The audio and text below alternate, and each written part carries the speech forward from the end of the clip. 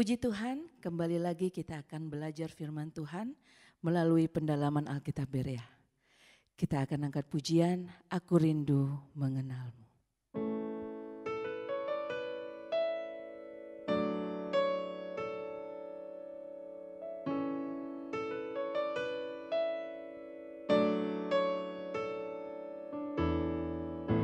Aku rindu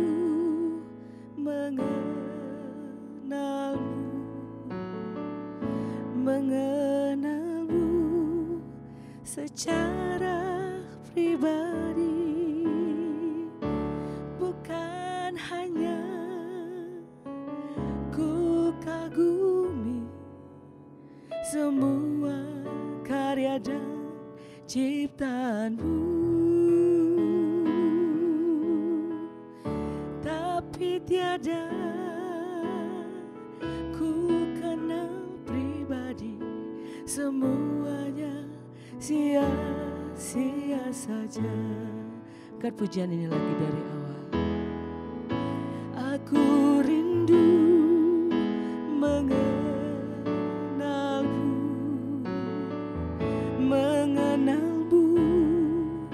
secara pribadi, bukan hanya ku kagumi semua karya dan ciptaanmu, tapi tiada ku kenal pribadi, semuanya sia-sia saja.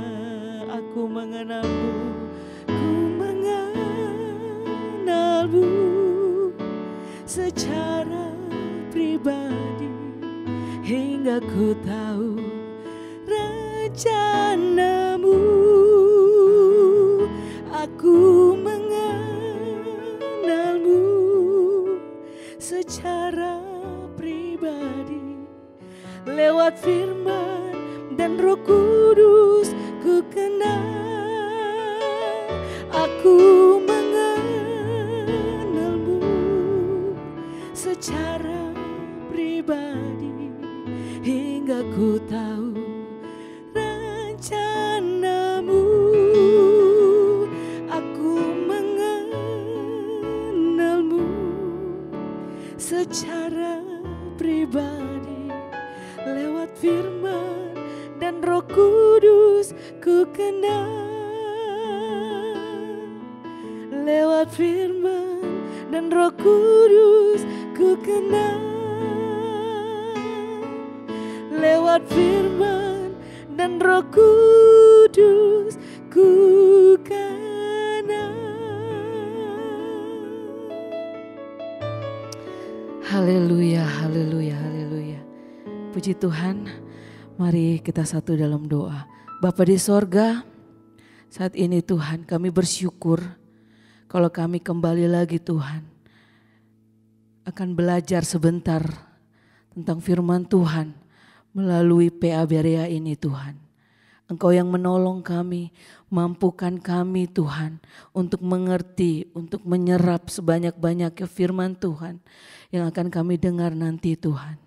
Berkati juga hamba-Mu yang akan memberitakan firman-Mu, biarlah setiap apa yang diajarkan Tuhan untuk setiap kami boleh mengerti.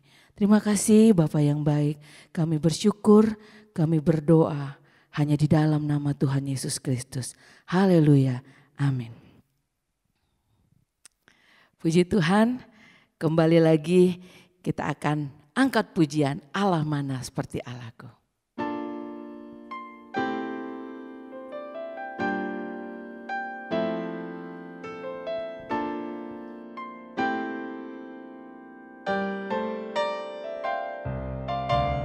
Allah mana seperti Allahku, Tuhan mana seperti Tuhanku. Dia benteng perisai, menara pembebasan bagi semua yang percaya padanya. mana seperti Allahku? Tuhan mana seperti Tuhanku?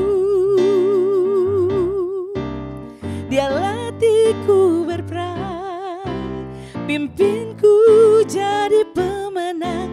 Pujilah namanya selamanya. Allah mana seperti Allahku? Allah mana seperti Allahku? Tuhan mana seperti Tuhanku? Dia benteng perisai, menara pembebasan bagi semua yang percaya padanya. Allah mana seperti Allahku? Allah mana seperti Allahku? Tuhan mana seperti Tuhanku? Dia latihku berperang, pimpinku jadi pemenang. Pujilah namanya selamanya. Pujilah namanya selamanya. Pujilah namanya selamanya. Puji Tuhan.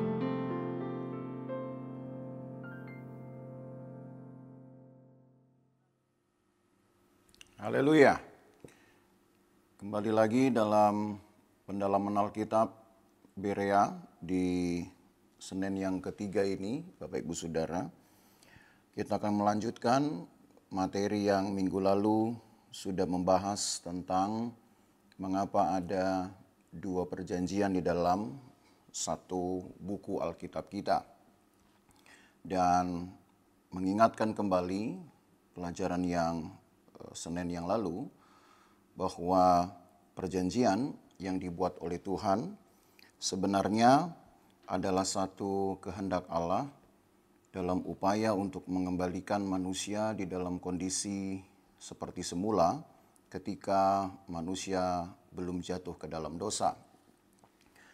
Dan ada hal yang tidak mudah memang untuk melakukan kehendak Tuhan di dalam perjanjian ini, sebab Alkitab pada akhirnya menuntun kita, memberitahukan kepada kita bahwa cukup banyak waktu yang melibatkan umat Tuhan, bahkan pada akhirnya juga orang-orang Kristen, gereja Tuhan, yang menjadi umat Tuhan yang baru, umat ketebusan Tuhan lewat darahnya, berupaya untuk melakukan kehendak Tuhan, menyesuaikan hidupnya dengan kehendak Tuhan, dan memenuhi tuntutan-tuntutan perjanjian Tuhan itu. Sebab di dalam Alkitab pun kita tahu bahwa Petrus pernah berkata, orang benar saja hampir-hampir tidak diselamatkan. Maka itu menunjukkan perjuangan untuk menjadi satu umat pilihan Tuhan dengan keadaan atau bahkan tubuh seperti ketika manusia belum jatuh dalam dosa adalah sebuah perjuangan yang tidak mudah. Tetapi Allah ingin kita mengambil satu perhatian terhadap prakarsa Tuhan ini. Sebab apa yang Allah kerjakan dalam hidup manusia itu juga sebenarnya tidak mudah jika dipandang dari segi penciptaan itu sendiri. Apa yang Allah kerjakan bagi dunia ini dan juga bagi manusia itu tidaklah mudah kalau kita lihat dari sudut pandang emosi. Walaupun tidak bisa kita katakan bahwa emosi kita mewakili emosi Tuhan. Tapi dalam hal memelihara umat yang susah untuk diatur. Dalam hal juga kemudian memberikan anaknya yang tunggal untuk menjadi korban, pengganti, menebus dosa manusia. itu bukanlah pekerjaan yang mudah. Dan saya rasa kita sepakat untuk mengakui bahwa kita tidak bisa melakukan hal itu. Maka kalau kemudian di dalam Alkitab kita tahu bahwa tuntutan-tuntutan di dalam perjanjian Tuhan itu juga tidak mudah dilakukan. Mungkin bisa kita katakan bahwa itu adalah satu harga yang belum ada bandingannya dengan apa yang Allah kerjakan bagi hidup kita. Kelak bahkan ketika umat Tuhan itu sudah diubahkan oleh Tuhan dan mengalami keadaan hidup seperti manusia pertama sebelum jatuh dalam dosa. Itu pun tidak dapat dibandingkan. Tapi dengan begitu, Bapak Ibu Saudara, kiranya bangkit satu semangat untuk mengucap syukur. Dan karena itu juga bangkit satu semangat untuk berupaya menyesuaikan kehendak Tuhan. Bangkit satu keinginan untuk dengan konsisten memelihara tuntutan-tuntutan Tuhan itu seumur hidup kita. Supaya sekiranya di dalam kelemahan-kelemahan kita untuk melakukan kehendak Allah ini pun nampak, itu menjadi satu bukti perjuangan kita untuk tetap melakukan kehendak Tuhan. Nah, sekarang kita akan lanjutkan bahwa demi memahami kehendak Tuhan dan perjanjian Tuhan ini sepanjang penulisan Alkitab, maka tentu kita perlu memahami satu maksud penulisan dari orang-orang pilihan Tuhan terhadap kehendak Allah itu sendiri. Sebab yang kita yakini, saudara, sesuai dengan pengakuan iman kita pada poin pertama, bahwa kami percaya Alkitab adalah firman Allah yang diilhamkan oleh Roh Kudus, terdiri dari 66 buku, adalah satu keyakinan bahwa dengan 66 kitab atau 66 buku yang kita punyai ini, yang terkanon bagi kita, atau yang sudah menjadi patokan, menjadi ukuran, sebagaimana Senin yang pertama kita sudah membahas ini. Disinilah kita harus dapat memahami kehendak Tuhan. Saya katakan harus, itu memang dipaksakan. Sebab nanti kita akan melihat di dalam Alkitab, orang-orang pilihan pun dikondisikan untuk dipaksakan melakukan firman Tuhan. Tapi kata dipaksakan bukan berarti melakukan dengan terpaksa. Tapi mau tidak mau hanya punya pilihan untuk melakukan kehendak Tuhan. Jadi saudara harus bedakan bahwa istilah dipaksakan yang saya gunakan adalah keadaan terpaksa. Bukan. Tapi satu keadaan di mana pada akhirnya kita tidak mempunyai pilihan lain. Kecuali hanya mau melakukan kehendak Tuhan. Kalau hidup kita mau berkenan kepada Tuhan. Memenuhi tuntutan-tuntutan dalam perjanjian Tuhan ini. Itu sebabnya dari poin pertama pengakuan iman ini, kiranya menjadi satu semangat buat kita memahami kehendak Tuhan, tuntutan-tuntutan Tuhan di dalam perjanjian Tuhan itu. Karena perjanjian itu menjadi satu tema yang menyeluruh di dalam Alkitab. Sejak manusia ada dalam dosa, untuk kemudian dikembalikan dalam keadaan yang semula. Dan dari sinilah kita belajar tahu. Dan dengan kata kita dipaksa itu juga, bukan lagi sekali bukan karena terpaksa, tapi tertuntut dengan penuh kerinduan dan tanggung jawab. Dan atas bimbingan Roh Kudus tentunya. Kita dapat memahami. Pertama kita menemukan dulu apa yang disebut dengan tuntutan yang datang dari kerinduan Tuhan. Lalu kemudian apa yang harus kita penuhi, kita laksanakan, dan kita pertahankan itu dengan konsisten, dengan setia. Karena memang hanya itulah yang Tuhan tuntut dari kita, Tuhan tunggu dari kita.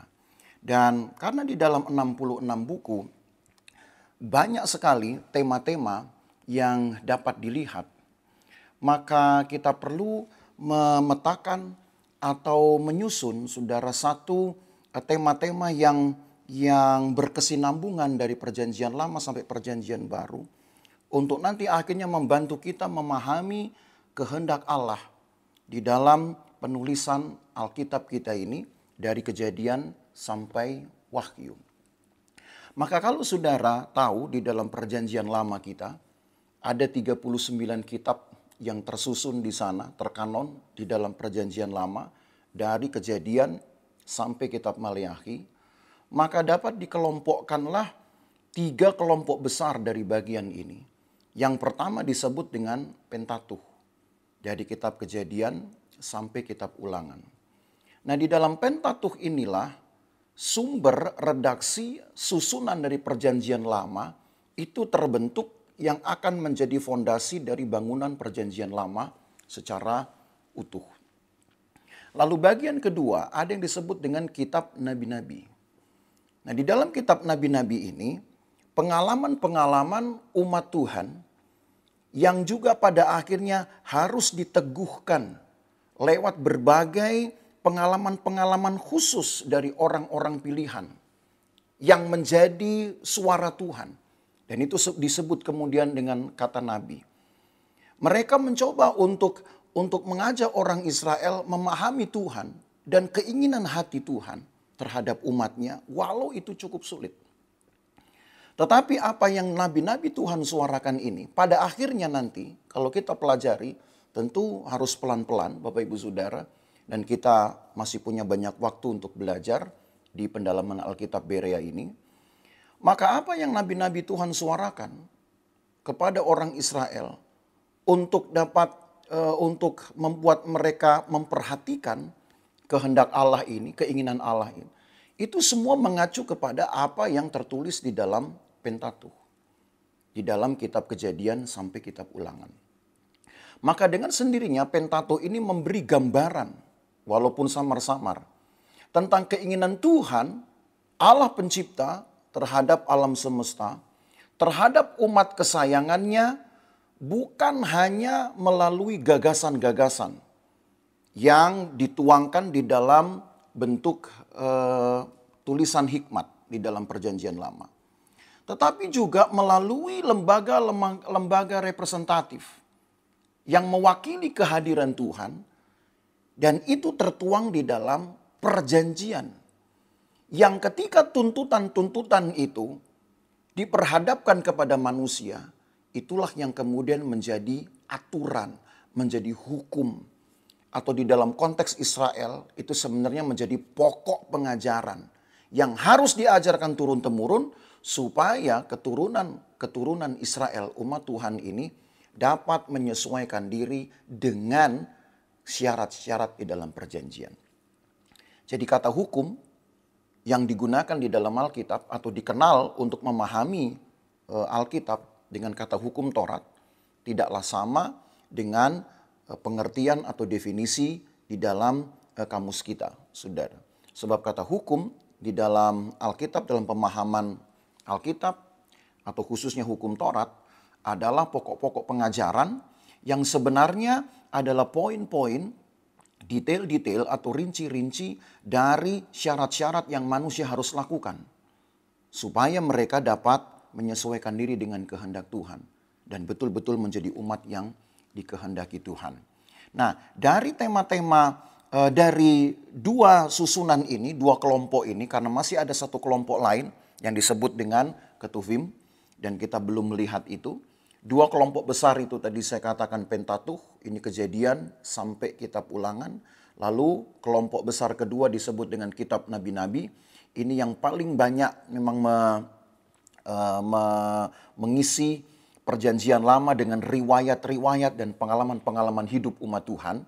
Maka dari dua kelompok besar ini yang nanti akan diteguhkan juga dengan kelompok ketiga yang disebut dengan Ketuvim, maka kita bisa memetakan ada 10, 11 bahkan tema-tema sentral atau tema-tema pokok di dalam perjanjian lama ini untuk dapat memahami kehendak Tuhan, yaitu penyingkapan diri Allah, sifat dasar Allah, perjanjian, hukum, penciptaan dan pemeliharaan, lalu ada dosa, ada kesalehan dan ibadah, etika, hikmat, pengharapan, roh Allah dan nubuat. Maka mari kita melihat yang pertama, saudara, yaitu tentang penyingkapan diri Allah. Pemberian hukum Taurat adalah perwujudan penyingkapan Allah sendiri. Karena firman tersebut disuarakan oleh Tuhan sendiri. Firman yang menjadikan alam semesta. Firman bahkan yang membaharui, yang melengkapi penciptaan Tuhan atas alam semesta itu. Itu disuarakan, menjadi awal dari segala sesuatu yang dapat kita lihat sekarang ini. Nantinya sang firman ini sendiri akan berkenan untuk hadir di dalam riwayat hidup manusia, di dalam sejarah manusia dengan kelembagaan daging. Tapi itu kita bicara dalam perjanjian baru. Tapi sebelum masa perjanjian baru tiba, di dalam perjanjian lama suara ini, suara Tuhan, dan suara Tuhan itu adalah Tuhan juga sendiri, akan mengambil tempat, saudara, dalam seluruh kehidupan umat Tuhan. Supaya umat Tuhan mendengarnya, mengambil perhatiannya, dan melakukan apa yang dituntut dari suara Tuhan itu. Supaya tujuannya hanya satu, siapa yang mendengarnya hidup. Kalau kita baca dalam kitab Ulangan pasal 5 ayat 22. Ulangan pasal 5 ayat 22 sampai 27. Saya bacakan begini. Firman itulah yang diucapkan Tuhan kepada seluruh jemaahmu dengan suara nyaring di gunung, dari tengah-tengah api, awan dan kegelapan, dan tidak ditambahkannya apa-apa lagi, ditulisnya semuanya pada 2 loh batu lalu diberikannya kepadaku. Ketika kamu mendengar suara itu dari tengah-tengah gelap gulita, sementara gunung itu menyala, maka kamu, yakni semua kepala sukumu dan para tua-tuamu mendekati aku dan berkata, sesungguhnya Tuhan Allah kita telah memperlihatkan kepada kita kemuliaan dan kebesarannya, dan suaranya telah kita dengar dari tengah-tengah api. Pada hari ini telah kami lihat bahwa Allah berbicara dengan manusia dan manusia itu tetap hidup. Tetapi sekarang mengapa kami harus mati? Sebab api yang besar ini akan menghanguskan kami. Apabila kami lebih lama lagi mendengar suara Tuhan Allah kami akan mati. Sebab makhluk manakah yang telah mendengar suara dari Allah yang hidup, yang berbicara di tengah-tengah api seperti kami dan tetap hidup? Mendekatlah engkau dan dengarkanlah segala yang difirmankan Tuhan Allah kita. Dan engkaulah yang menyatakan kepada kami segala yang difirmankan kepadamu oleh Tuhan Allah kita. Maka kami akan mendengar dan melakukannya. Yang mendengar firman Tuhan akan hidup. Tapi kalau kemudian mereka tidak mengindahkannya, maka yang terjadi justru sebaliknya. Apa yang mereka dengar itu akan membuat mereka mati. Karena apa yang didengar oleh mereka adalah satu hukuman yang disediakan memang bagi orang-orang yang tidak mematuhi firman Tuhan. Nah, dari sini kita akan melihat, saudara, dalam pengalaman atau riwayat hidup umat Tuhan ini, baik juga tokoh-tokohnya, para pemimpin-pemimpinnya, orang pilihan, maupun juga umat Tuhan secara keseluruhan, yaitu orang Israel.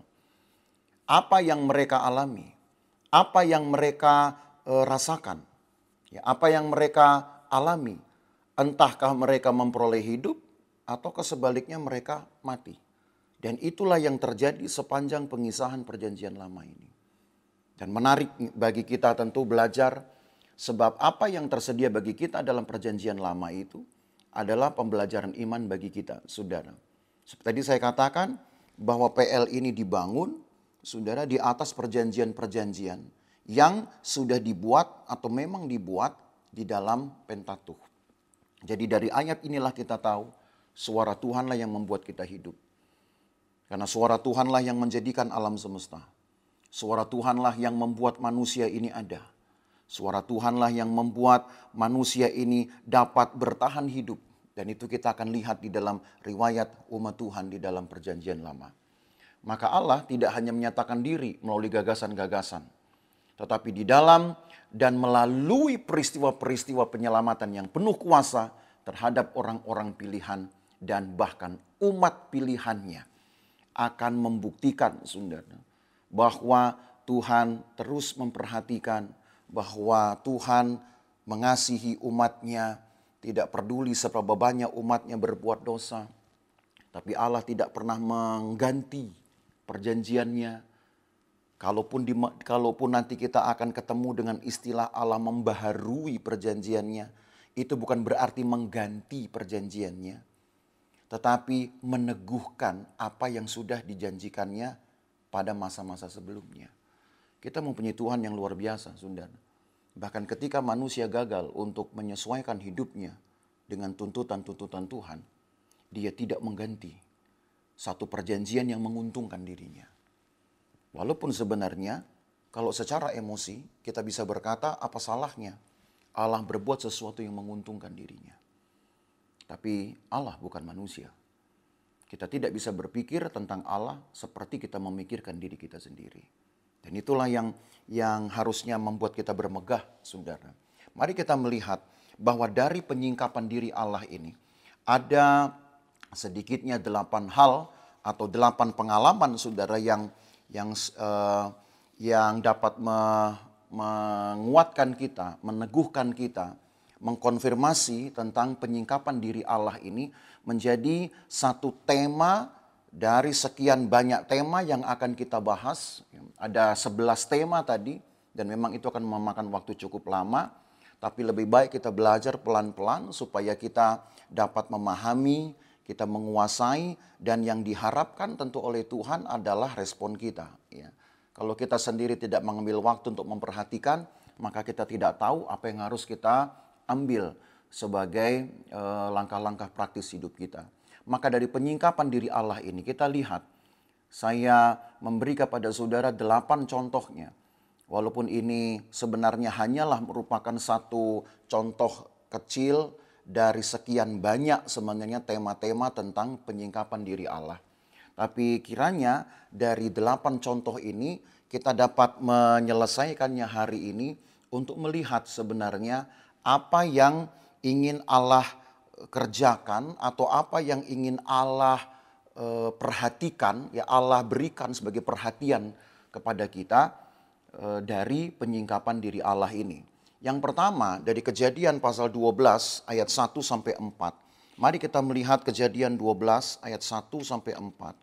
Saya baca ayat ini, saudara, supaya kita tahu dulu jalan ceritanya sebelum kita memahami apa yang Alkitab ingin sampaikan kepada kita.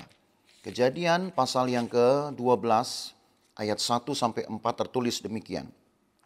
Berfirmanlah Tuhan kepada Abram, pergilah dari negerimu dan dari sanak saudaramu dan dari rumah bapamu ke negeri yang akan kutunjukkan kepadamu, sebab aku akan membuat engkau menjadi bangsa yang besar dan memberkati engkau serta membuat namamu masyhur dan engkau akan menjadi berkat. Aku akan memberkati orang-orang yang memberkati engkau dan mengutuk orang-orang yang mengutuk engkau, dan olehmu semua kaum di muka bumi akan mendapat berkat. Lalu pergilah Abram seperti yang difirmankan Tuhan kepadanya, dan Lot pun ikut bersama-sama dengan dia. Abram berumur 75 tahun ketika ia berangkat dari Haran. Saat Tuhan memanggil Abraham, ia tidak memulai dengan mengidentifikasi dirinya, tapi langsung dengan perintah untuk meninggalkan negeri dan sanak saudara ke tempat yang akan ditunjukkannya. Penting bagi perenungan kita, saudara, sebagai orang beriman, bahwa pencerita Alkitab tidak memberitahukan dasar pertimbangan Abraham untuk percaya dan mau melakukan perintah Tuhan. Karena biasanya kalau kita mendengar satu perintah, tentu kita akan mempertimbangkan dahulu semua untung ruginya, baik buruknya. Tapi pencerita Alkitab atau penulis Alkitab itu sebenarnya bahasa yang sinonim. Mungkin saudara nanti akan biasa, akan banyak sekali mendengar dari kata-kata saya juga bahasa tentang pencerita Alkitab ini. Yang tidak lain adalah penulis Alkitab. Karena ketika penulis Alkitab ini menerima pewahyuan dari Tuhan, maka ia juga didorong atau digerakkan oleh Roh Tuhan itu untuk mengalih bahasakannya sebagai bahasa yang informatif kepada pembaca. Jadi bukan hanya sekedar pewahyuan yang dimengerti untuk penerimanya sendiri. Bukan hanya bahasa pewahyuan yang hanya berhenti untuk si penerima dan dimengerti sendiri. Tetapi harus dialih bahasakan kepada pembaca-pembaca atau kepada penikmat-penikmat Alkitab termasuk saudara dan saya. Itu sebabnya saya katakan penulis itu pun menceritakan, menginformasikan apa yang dilihatnya, apa yang dialaminya, yang Allah luaskan. Nah, dari cerita Abraham ini, tadi saya katakan pencerita Alkitab tidak memberitahu dasar pertimbangan Abraham untuk percaya dan mau melakukan. Tapi yang jelas Abraham langsung menyambut perintah itu dengan kesediaan untuk meninggalkan keterikatan terhadap hartanya dan sanak saudaranya. Maka perenungan bagi orang beriman dari contoh ini, bahwa ketika Allah datang dengan perintah, ini memang baru penyingkapan Allah yang paling sederhana. Karena ini baru awal, saudara. Nanti kita akan lihat dari 8 contoh itu, 7 contoh yang lain tentunya ada peningkatan atau kemajuan, saya gunakan istilah kemajuan, progresivitas dari penyingkapan diri Allah. Tapi tiap-tiap penyingkapan diri Allah ini selalu mempunyai perenungannya, ada tuntutannya untuk menjadi satu pembelajaran iman bagi kita penikmat Alkitab itu sendiri, orang-orang beriman. Jadi apa yang ingin disampaikan oleh pencerita Alkitab?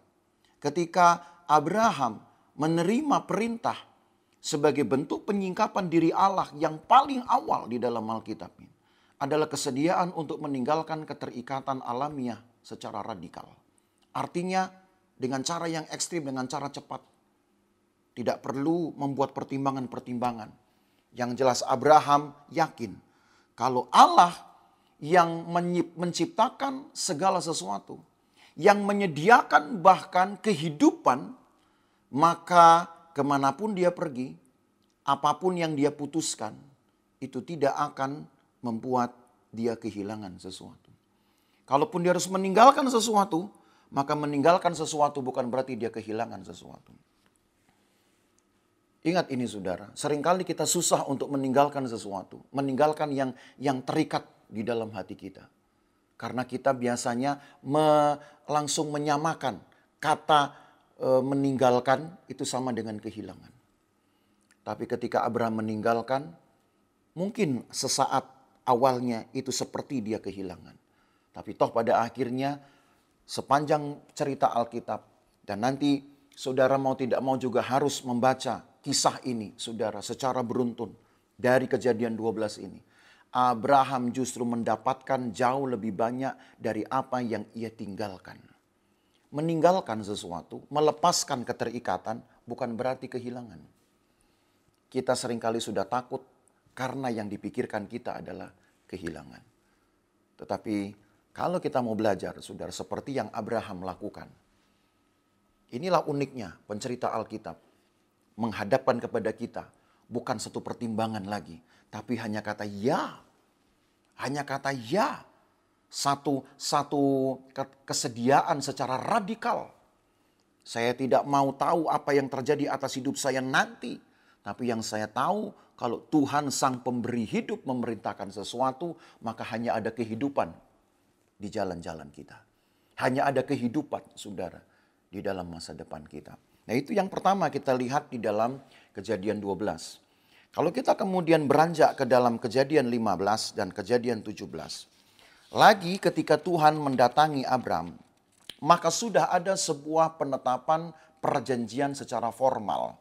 Mari kita lihat pasal 15 ayat 1. Tertulis begini. Kemudian datanglah firman Tuhan kepada Abram dalam satu penglihatan. Janganlah takut Abram, akulah perisaimu, upahmu akan sangat besar. Mengapa Tuhan perlu datang dengan kata ini? Sebab di dalam ayat ini dikatakan Abraham tidak mempunyai ahli waris. Mungkin bagi seorang yang diberkati sudah dengan banyak berkat dan bahkan dia yakin bahwa berkat Tuhan itu masih akan berkelanjutan di dalam hidupnya. dia tidak mempunyai ahli waris sebab dia belum mempunyai anak. Kecuali hanya dikatakan seorang hamba yang setia yang Abraham miliki. Tapi apakah betul kepada orang itu, maka Abraham akan menjadikannya atau memberikan semuanya apa yang Tuhan janjikan. Ternyata saudara, dari perkataan ini, dari penyingkapan Tuhan ini kepada Abraham, Tuhan sudah mengidentifikasi nama sebagai perisai bagi Abraham. Perisai bukan hanya sekedar tempat perlindungan atau penolong, karena memang Abraham sedang membutuhkan seorang penolong. Penolong yang bukan hanya menolong kesehariannya sebenarnya, tapi juga menolong untuk meyakinkannya, meneguhkannya, menerima perjanjian Tuhan ini. Menolong juga sebagai pendukung kehidupannya di dalam tahun-tahun untuk melakukan kehendak Allah ini. Sampai akhirnya, saudara, diteguhkanlah itu di pasal 17 ayat 1. Kalau kita lihat pasal 17 ayat 1, maka firman Tuhan ketika Abraham berumur 99 tahun, Tuhan menampakkan diri kepada Abraham dan berfirman kepadanya, "Akulah Allah yang Maha Kuasa, hiduplah di hadapanku dengan tidak bercela." Ada kurun waktu yang cukup lama di sana, saudara. Dari umur 75 tahun sampai dengan umur 99 tahun. Abraham belum mempunyai seorang yang dapat disebut sebagai ahli waris. Sementara janji Tuhan sudah diterima dan diyakini Abraham dengan yakin, dengan pasti. Dan sementara itu juga berkat-berkat Tuhan sudah digenapkan kepada Abraham. Abraham sudah menjadi orang yang kaya. Abraham diberkati dengan kambing domba yang banyak. Jadi sambil dia tetap menanti perjanjian Tuhan, sebutlah itu seperti dia mengumpulkan jumlah banyak dari penggenapan perjanjian Tuhan. Tetap ada kekosongan di dalam hidupnya. Karena dia belum mempunyai seorang yang dapat disebut sebagai ahli waris. Sementara dia menjadi tua. Dia menjadi lemah. Tapi ketika Tuhan datang dengan kata, "Akulah Allah yang Maha Kuasa." Kemahakuasaan ini langsung dibandingkan dengan ketidakberdayaannya.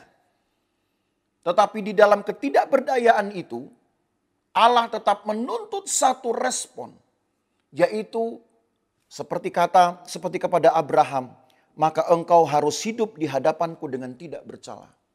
Yaitu satu respon untuk menjaga persekutuan yang konsisten dengan Tuhan. Dan itu harus ditandai dengan sunat.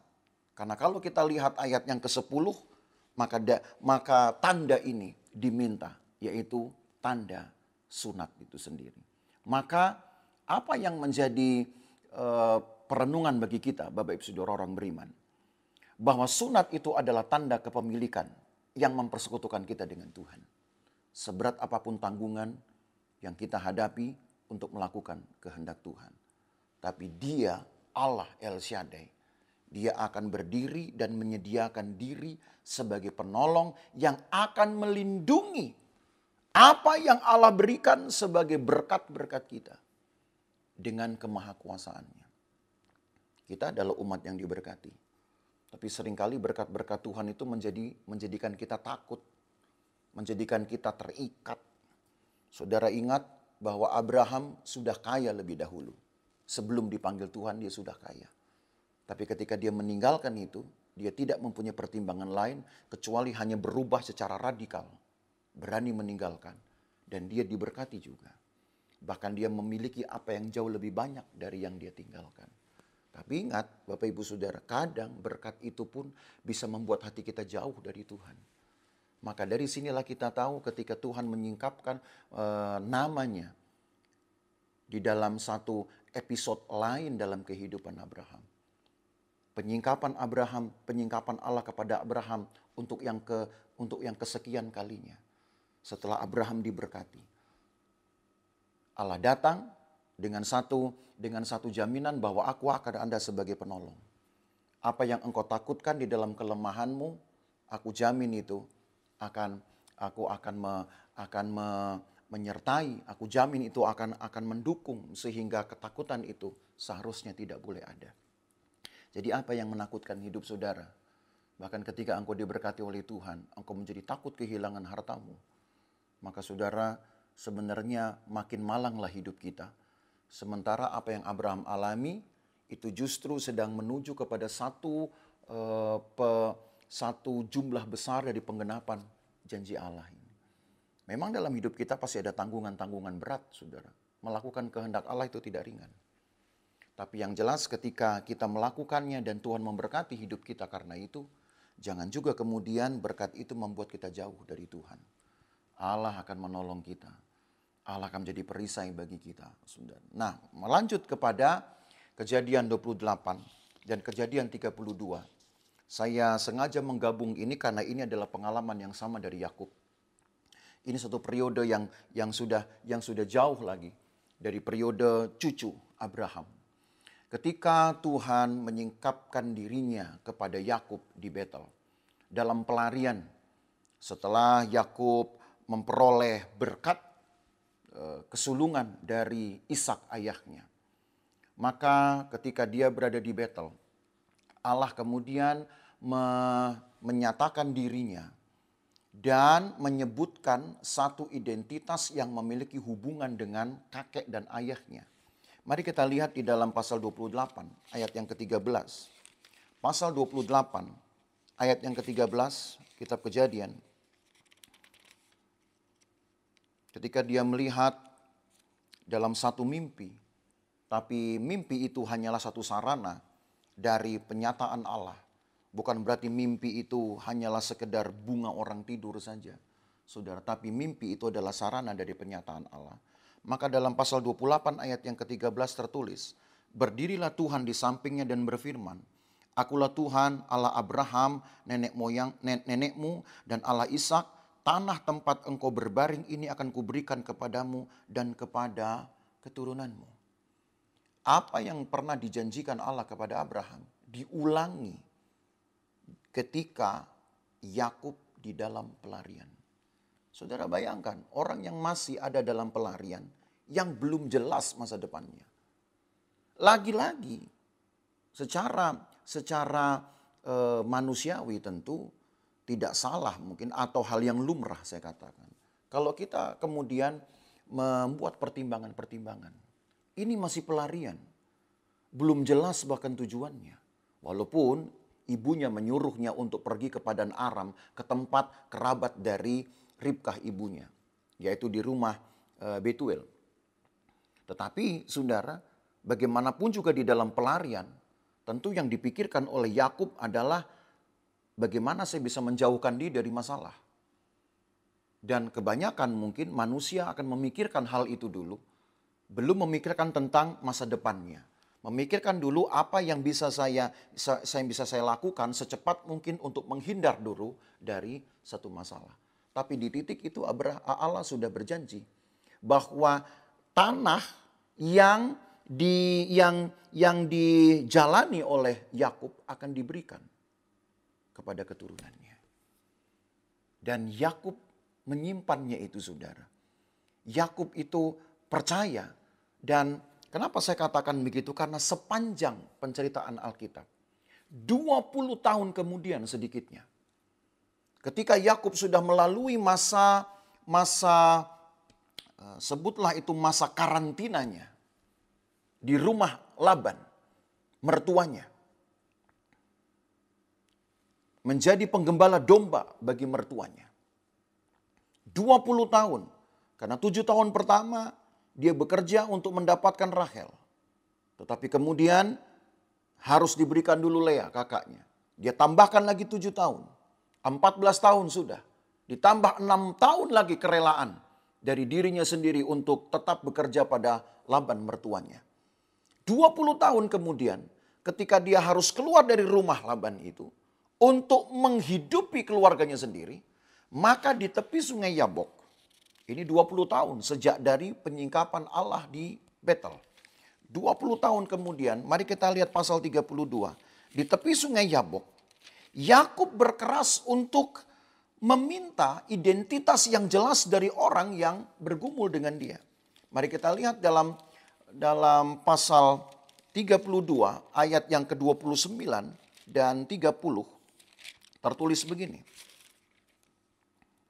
32 ayat yang ke-29 dan 30. Bertanyalah Yakub, katakanlah juga namamu. Tapi sahutnya, mengapa engkau menanyakan namaku? Lalu diberkatinya lah Yakub di situ. Yakub menamai tempat itu Peniel, sebab katanya, aku telah melihat Allah berhadapan muka, tapi nyawaku tertolong. Di dalam pengalaman inilah saudara, Yakub bergumul dengan Tuhan, dengan orang yang ini tentu adalah Tuhan sendiri, tetapi dia menggunakan satu identitas yang lain. Tapi apa yang Yakub inginkan, ini sebuah kerinduan. Inilah juga yang saya katakan seperti satu paksaan. Dia sudah sakit, dia sudah kehilangan keseimbangan karena sudah dipukul pangkal pahanya dan menjadi terpincang-pincang. Tapi usaha kerasnya untuk tahu siapa orang yang bergumul dengan dirinya ini, justru malah berbalik menjadikan dialah yang mendapatkan penyataan nama baru, yaitu Israel. Dan kita sudah dengar tentang Israel itu saudara pada Senin yang lalu. Dan Israel ini menjadi identitas, sebutlah itu menjadi berkat bagi Yakub sendiri dari Tuhan, yang akan menjadi ciri dari mentalitas keturunan-keturunannya kelak. Supaya sebutlah itu menjadi satu harga kelayakan dari keturunan-keturunan yang disebut sebagai umat Tuhan. Israel. Bukan hanya sekedar satu nama, bangsa, identitas satu bangsa, tapi mentalitasnya. Itulah berkat Tuhan. Itulah perjanjian Tuhan yang diberikan kepada Yakub. Dan Yakub pun nanti akan mengalaminya, digenapinya. Tapi perlu waktu. Setidaknya saudara, dari sinilah perenungan bagi kita. Bahwa di dalam penyataan Allah kepada manusia tersimpan seluruh kebutuhan manusia itu sendiri. Termasuk kebutuhan mental untuk berani menghadapi kenyataan hidup di hadapan Tuhan. Seperti yang Yakub perlukan untuk membina keluarganya, menghidupi keluarganya. Bahkan termasuk ketika harus berhadapan dengan Esau. Jadi saudara, bagi kita juga, kita menjalani hidup kita tentu ada banyak pergumulan-pergumulan hidup. Tetapi dengan berani menghadapi kenyataan hidup itulah saudara, itu menjadi bukti bahwa kita tetap percaya kepada Tuhan. Itu menjadi bukti juga bahwa kita yakin ada jaminan terhadap semua kebutuhan hidup. Bukankah manusia membutuhkan sesuatu untuk bertahan hidupnya? Jadi apa yang kita pelajari dari Yakub ini, saudara, juga adalah hal yang luar biasa. Masuk kepada periode kitab Keluaran, di mana keturunan Israel sudah menjadi satu keluarga yang besar, bahkan sudah menjadi satu bangsa. Maka disinilah kemudian penyingkapan Tuhan kepada Musa. Merupakan pengenalan Allah yang paling kompleks dalam perkembangan penyingkapan Allah. Karena disinilah Allah menyingkapkan dirinya bukan hanya dengan perkataan atau firman saja. Sebagaimana yang sudah terjadi di kehidupan Abraham dan Yakub. Tapi juga bahkan penampakan melalui perantara atau penengah. Bahkan satu pengalaman berhadapan muka dengan muka. Mari kita lihat Keluaran pasal yang ketiga. Kalau saudara lihat Keluaran pasal yang ketiga, ayat yang ke-6 saja kita baca. Keluaran 3 ayat yang ke-6 kepada Musa ini. Ayat yang ke-6 berkata, lagi ia berfirman, akulah Allah ayahmu, Allah Abraham, Allah Ishak dan Allah Yakub. Lalu Musa menutupi mukanya sebab ia takut memandang Allah. Belum pernah terjadi ini saudara di dalam periode-periode sebelumnya. Jadi ini membuktikan bahwa penyingkapan Allah itu pun progres. Terus meningkat. Mengalami kemajuan-kemajuan. Dari hanya sekedar berfirman, berucap. Sekarang dia izinkan untuk melihat wajahnya. Walaupun saya yakin dan saya rasa kita sepakat bahwa apa yang disebut dengan penyingkapan wajah Allah ini mungkin tidak secara sempurna itu atau secara jelas itu seperti kita melihat muka seseorang itu menjadi pengalaman Musa. Karena di dalam pasal 33 ayat 20 dijelaskan di sana orang yang melihat atau memandang wajah Tuhan akan mati. Karena tidak ada yang bisa melihat wajah Tuhan dalam keadaan berdosa. Hal pertama yang manusia lakukan ketika jatuh dalam dosa yaitu Adam dan Hawa, mereka bersembunyi. Sebab mereka tidak mungkin bertahan untuk melihat wajah Allah. Sebelum mereka jatuh dalam dosa, mereka masih bisa berhadapan muka dengan Tuhan, bercakap-cakap dengan Tuhan. Tapi setelah jatuh dalam dosa, mereka harus bersembunyi. Bukan hanya menjadi bukti bahwa dosa mendatangkan takut dan rasa malu. Tapi bahwa keadaan dosa memang tidak bisa lagi berhadapan muka dengan Tuhan.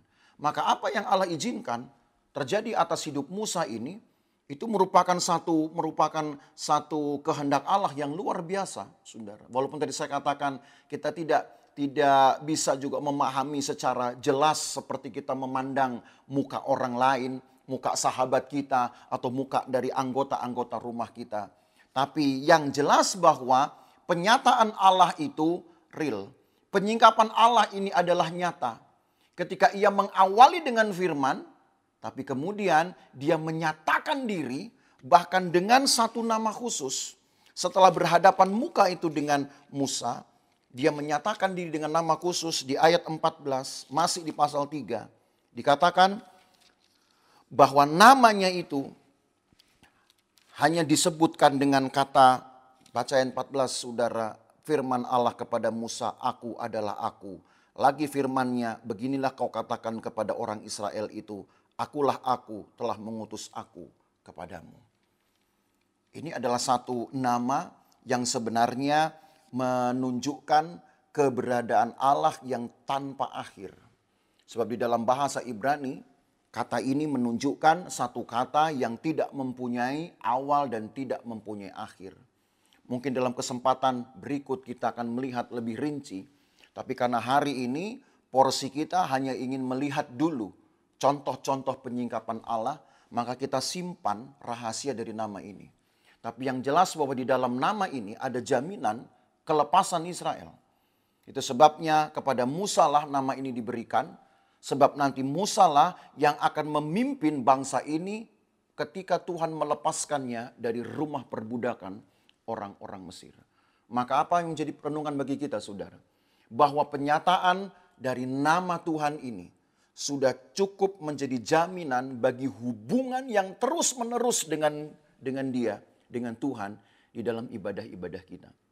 Karena selanjutnya di dalam kitab Keluaran inilah nanti saudara akan temukan ketika umatnya itu dibawa keluar, dilepaskan dari rumah perbudakan Mesir, mereka akan dibawa untuk dekat dengan Tuhan, belajar bersekutu dengan Tuhan di Gunung Sinai untuk menjadi kesayangan Tuhan di sana. Jadi nama ini diberikan menjadi jaminan bahwa kita dapat berhubungan dengan Tuhan di dalam ibadah-ibadah kita. Hanya dengan menyebut nama, apapun yang saudara inginkan dalam hidupmu dapat Tuhan luaskan terjadi. Maka kita punya satu pujian dengan lagu yang berkata, hanya nama Yesus. Hanya nama Yesus. Hanya dengan nama Yesus. Dia memberikan saudara kepastian, dia memberikan saudara satu keteguhan. Bahkan lebih dari itu, dia bisa memberikan kepada saudara apa yang bahkan engkau minta, engkau ingini. Tentu semua atas kehendak Tuhan. Tapi ada harapan untuk mengalami hal-hal yang menyenangkan. Masuk Keluaran pasal 19 dan pasal 33 dan 34. Saya satukan ini karena ini pengalaman yang sama juga masih di era Musa.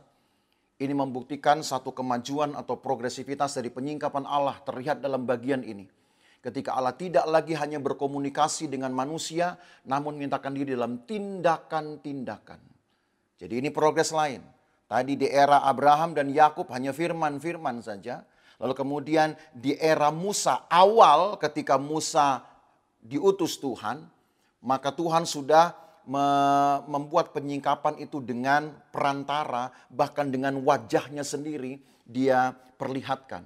Tapi sekarang meningkat lagi karena dia sudah membuktikannya itu dengan perbuatan-perbuatan.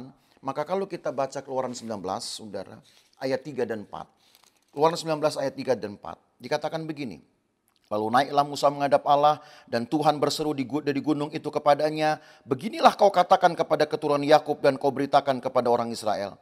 Kamu sendiri telah melihat apa yang kulakukan kepada orang Mesir dan bagaimana aku telah mendukung kamu di atas sayap Raja Wali dan membawa kamu kepadaku. Kata, kamu sendiri telah melihat apa yang kulakukan. Dan ini menunjukkan satu perluasan kehadiran Tuhan. Karena sejak dari umat Tuhan ini keluar, saudara. Kalau saudara baca Keluaran 13 ayat 21. Allah sudah menyatakan dirinya dengan tiang awan dan tiang api. Satu perluasan bukti real dari kehadiran Tuhan. Walaupun itu tidak muka ketemu muka seperti Musa. Karena memang hanya Musa. Dan itu pun tidak berarti muka ketemu muka seperti kita melihat diri kita pun dengan cermin. Tapi yang jelas bahwa Allah menyingkapkan dirinya lewat kehadiran yang dapat dilihat oleh umat Tuhan ini. Dan itu terus berlangsung sampai mereka masuk ke tanah terjanji. Bahkan ketika Musa meminta kemuliaan Tuhan hadir, dan ini diceritanya di pasal 33. Ketika Musa ada dalam satu keadaan yang sulit dalam memutuskan suatu perkara. Gambaran yang lebih lengkap mengenai Allah dinyatakan. Walaupun tidak mewakili kesempurnaan terhadap manifestasinya, karena ia tidak mau dirinya terlihat, sebab manusia yang berdosa tidak dapat memandang dan tetap hidup. Tadi sudah saya singgung itu. Namun ia berjanji untuk melewatkan kebajikannya di depan Musa. Mari kita lihat ayat itu.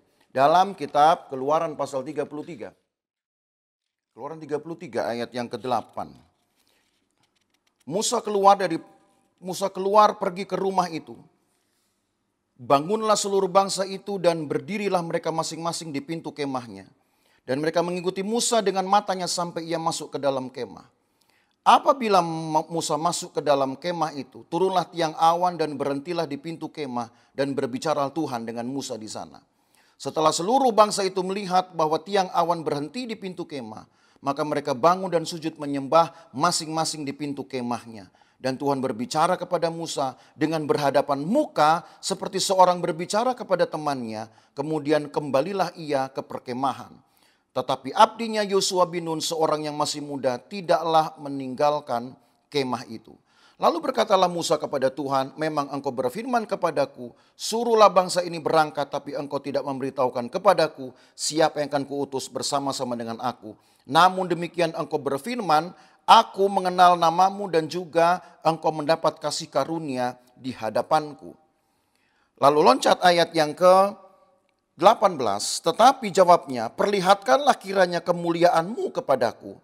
Tetapi firman-Nya, aku akan melewatkan segenap kegemilanganku dari depanmu dan menyerukan nama Tuhan di depanmu. Aku akan memberi kasih karunia kepada siapa yang kuberi kasih karunia dan mengasihani siapa yang kukasihani. Lagi sekali kita lihat seperti yang tadi di Keluaran pasal 3. Allah berhadapan muka dengan Musa. Tetapi untuk orang Israel, saudara, itu tidak mungkin dilakukan. Kecuali dikatakan Tuhan melewatkan satu kebajikannya. Yang disebut dalam ayat ini kegemilangannya. Dan itu memastikan kepada orang Israel bahwa Allah akan memelihara orang-orang yang mengasihinya. Sehingga muncullah kalimat memberi kasih karunia kepada siapa aku memberi kasih karunia dan mengasihani kepada siapa aku mengasihani. Jadi untuk orang-orang yang mengasihi Tuhan, dan itulah yang menjadi satu pembelajaran, menjadi satu perenungan kita, saudara, bahwa orang-orang yang mengasihi Tuhan tentu akan dikasihani. Orang-orang yang mencari kehendak Tuhan, tentu Tuhan akan berikan satu dukungan seperti tadi. Tersedia sayap yang akan mendukungnya, saudara, mendukung bangsa ini untuk kemudian mengalami kemurahan Tuhan demi kemurahan Tuhan. Dan itu nanti akan digenapi di dalam perjanjian baru. Masuk di dalam era Samuel. Pasal 3 ayat 10 sampai 14, ketika Allah memanggil Samuel, Allah tidak memperkenalkan dirinya secara langsung. Tetapi hanya memberitahukan tentang sesuatu yang baru yang akan terjadi atas Israel. Yang diawali dengan menghukum keluarga Imam Eli. Kalau kita baca 1 Samuel pasal yang ke-3 ayat 10 sampai 14. Ada baiknya kita baca ini 1 Samuel pasal 3 ayat 10 sampai ayat 14. Maka saudara akan memahami mengapa Tuhan harus berkata kepada Samuel dari ayat yang ke-10. Lalu datanglah Tuhan berdiri di sana dan memanggil seperti yang sudah-sudah, Samuel, Samuel, dan Samuel menjawab, berbicara sebab hambamu ini mendengar. Lalu berfirmanlah Tuhan kepada Samuel, ketahuilah aku akan melakukan sesuatu di Israel, sehingga setiap orang yang mendengarnya akan bising kedua telinganya. Ini yang disebut dengan sesuatu yang baru atas Israel. Apa yang membuat orang Israel bising?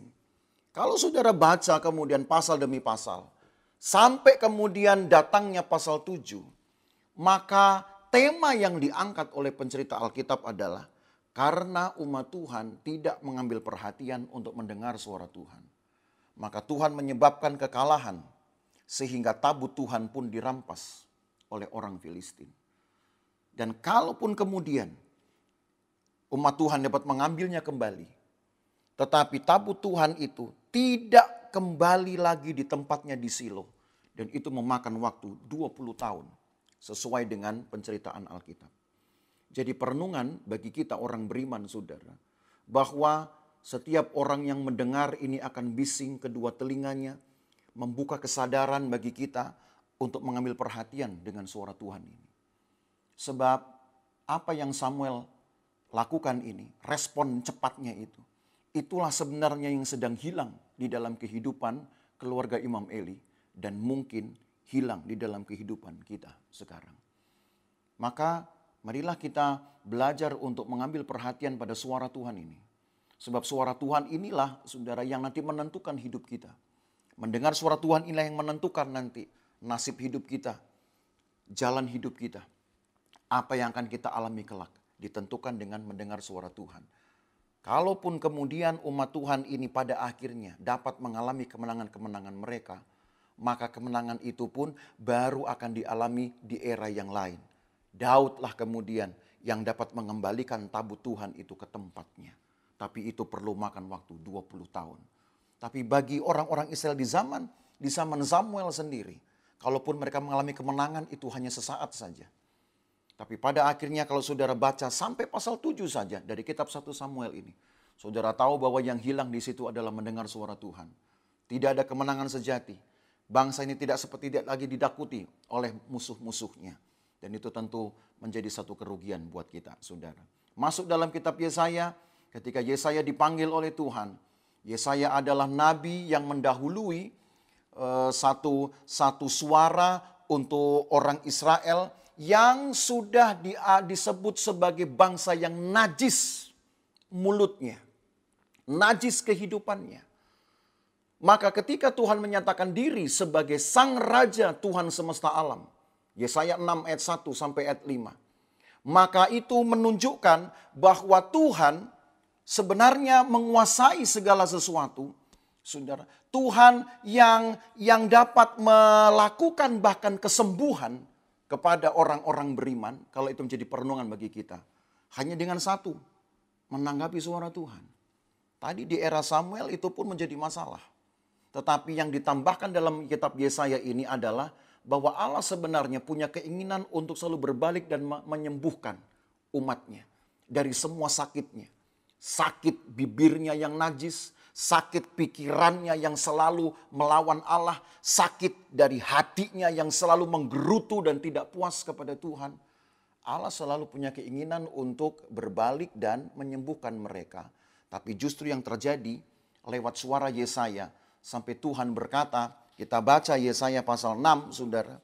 Mulai saja ayat yang ke-4. Maka bergoyanglah alas ambang pintu disebabkan suara orang yang berseru itu. Dan rumah itu pun penuhlah dengan asap. Lalu kataku, celakalah aku binasa. Sebab aku ini seorang yang najis bibir dan aku tinggal di tengah-tengah bangsa yang najis bibir. Namun mataku telah melihat sang raja, yakni Tuhan semesta alam. Lalu apa yang Tuhan katakan kepada Yesaya ayat 10? Buatlah hati bangsa ini keras dan buatlah telinganya berat mendengar dan buatlah matanya melekat tertutup supaya jangan mereka melihat dengan matanya dan mendengar dengan telinganya dan mengerti dengan hatinya lalu berbalik dan menjadi sembuh. Tujuannya supaya Allah ingin semuanya bangsa ini sembuh. Tapi oleh karena bangsa ini tidak mau mendengar suara Tuhan, maka justru Tuhan berkata kepada Yesaya, berfirmanlah, tapi jangan sampai bangsa ini berbalik dan jangan sampai bangsa ini sembuh. Tuhan ingin bangsa ini sakit dulu, saudara. Tapi toh nanti Tuhan akan bekerja untuk kesembuhan. Cuman hanya bagi kita perenungannya adalah, kalau kita ingin mengalami juga masa-masa di mana Tuhan sembuhkan kita, maka dengarlah suara Tuhan itu dan tanggapi. Lalu kita melakukan kehendak Tuhan. Yang terakhir di Yehezkiel juga pernyataan Allah yang sama, yang disertai bahkan dengan satu rincian-rincian, saudara, tentang penglihatan yang dia lihat, kemegahan yang dia lihat, dan rincian-rincian itu sebenarnya ditujukan juga oleh orang Israel yang sudah melalaikan atau enggan untuk memperhatikan rincian-rincian di dalam ibadah bait Allah. Saudara harus tahu bahwa baik sejak dari zaman tabernakel, Allah menginginkan orang Israel itu mempersiapkan dirinya untuk beribadah dengan satu detail-detail. Nanti pun kita akan belajar lebih banyak sampai di sana. Mengapa harus ada ukuran-ukuran? Mengapa tidak boleh lebih dari ukuran yang ditetapkan? Dan begitulah juga bait Allah dibangun dengan ukuran-ukuran. Dan kita bertanya-tanya apakah ada artinya ukuran-ukuran itu sekian hasta, harus panjang sekian hasta, lebar sekian hasta. Ukuran-ukuran itu tidak harus kemudian kita lihat dengan setengah mati susah payah, saudara, apa arti rohaninya. Tapi yang jelas bahwa detail-detail atau rincian-rincian itu ingin menghadirkan kepada kita sikap juga hormat dan menghargai rincian-rincian dari pekerjaan Allah itu sendiri terhadap hidup kita. Allah sangat rinci, menciptakan manusia pun dia rinci sekali. Dia ciptakan dulu, dia bentuk dulu kita. Tidak hanya sekedar berfirman seperti ciptaan yang lain. Yang berkata jadilah terang, jadilah bahkan hewan-hewan, jadilah semua yang tumbuh di bumi. Allah tidak menciptakan manusia dengan kata jadilah. Tapi dia juga membuat dengan rinci. Hidung, mata, telinga dia juga ciptakan. Itu yang dia pernah katakan kepada Musa. Dia bentuk semua itu dengan gambarnya. Dan karena rincian-rincian itulah Allah ingin hidup kita pun secara teliti kita berikan kepada Tuhan. Dan dalam kitab Yehezkiel ini kita akan lihat, saudara, kalau saudara baca seluruhnya, saudara akan tahu di sana mengapa Allah sampai akhirnya mundur dari baitnya sendiri. Mundur dari kehidupan Israel sendiri. Karena orang Israel tidak mengindahkan semua rincian-rincian.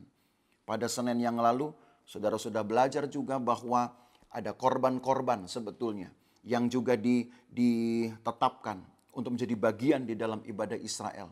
Tapi korban-korban itu pun sudah tidak diindahkan oleh orang Israel. Maka apa kesimpulan bagi kita untuk penyingkapan diri Allah ini? Semua penyingkapan Allah ini seharusnya memberikan pengharapan dan kerinduan akan pengalaman-pengalaman serupa untuk orang-orang beriman. Seperti pemazmur berkata begini. Mari kita membaca Mazmur pasal yang ke-17. Ini menjadi ayat yang akan menutup episode hari ini, saudara. Edisi hari ini.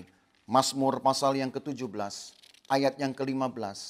Ini harus menjadi bahasa kerinduan kita. Dari penyingkapan diri Allah ini. Apa yang sebenarnya Allah inginkan yang menjadi respon kita pertama. Ayat yang ke-15, Mazmur 17. Tetapi aku, dalam kebenaran akan kupandang wajahmu. Dan pada waktu bangun, aku akan menjadi puas dengan rupamu. Mungkin kita bangun tidur, kita tidak melihat Tuhan seperti ketika Musa melihatnya muka ketemu muka. Tetapi kerinduan ini, saudara, adalah kerinduan yang konkret sebetulnya. Karena Allah kita menyingkapkan diri dengan banyak cara. Sekalipun juga dia mempertahankan transendensinya. Tetapi yang jelas, kita tidak perlu tahu seperti apa wajahnya. Kita hanya perlu tahu bahwa dia hadir, dan ketika dia hadir, dia berbuat bagi saudara. Maka kiranya dalam pelajaran ini, dari contoh-contoh penyingkapan diri Allah ini, kepada Abraham, kepada Yakub, lalu kepada Musa, kepada Samuel, dan kepada nabi-nabinya Yesaya dan Yehezkiel. Saudara hanya tahu satu hal ini seperti yang pemazmur juga ungkapkan. Marilah kita punya satu kerinduan untuk selalu menghadirkan Tuhan dalam hidupmu. Tidak perlu wajahnya engkau lihat, tapi setidaknya kita puas ketika kita masih bangun sebagai orang beriman. Kita masih puas ketika kita bangun, kita masih mengalami berkat Tuhan di dalam hidup kita. Tuhan menolong kita, Bapak Ibu Saudara. Sampai di sini pelajaran kitab kita hari ini, dan sampai jumpa pada waktu yang akan datang. Mari kita berdoa. Terima kasih Tuhan, Engkau menyempatkan kami lagi untuk belajar dari penyingkapan diri Allah ini. Satu tema penting di dalam Alkitab untuk membuktikan bahwa Allah ada di dalam hidup kami. Bahkan sepanjang sejarah manusia yang Tuhan luaskan. Karena Engkau sendirilah yang menciptakan sejarah. Engkau sendiri yang bekerja di dalam sejarah itu. Untuk bahkan mengubah sejarah pun Engkau bisa. Tapi Engkau melengkapi manusia itu dengan banyak hal di dalam sejarah hidupnya. Sampai dengan kami hari ini. Hanya untuk membuktikan bahwa Allah ada sepanjang waktu. Allah tetap konsisten dengan janjinya sepanjang waktu itu juga. Dan Engkau menyatakan sesuatu yang perlu bagi kami. Lebih dari hanya sekedar kebutuhan-kebutuhan kami. Tuhan sediakan. Maka Tuhan jagailah hati kami sedemikian rupa. Supaya kami tetap berpaut kepada Tuhan. Karena tidak ada yang lain yang bisa kami harapkan kecuali Tuhan sendiri.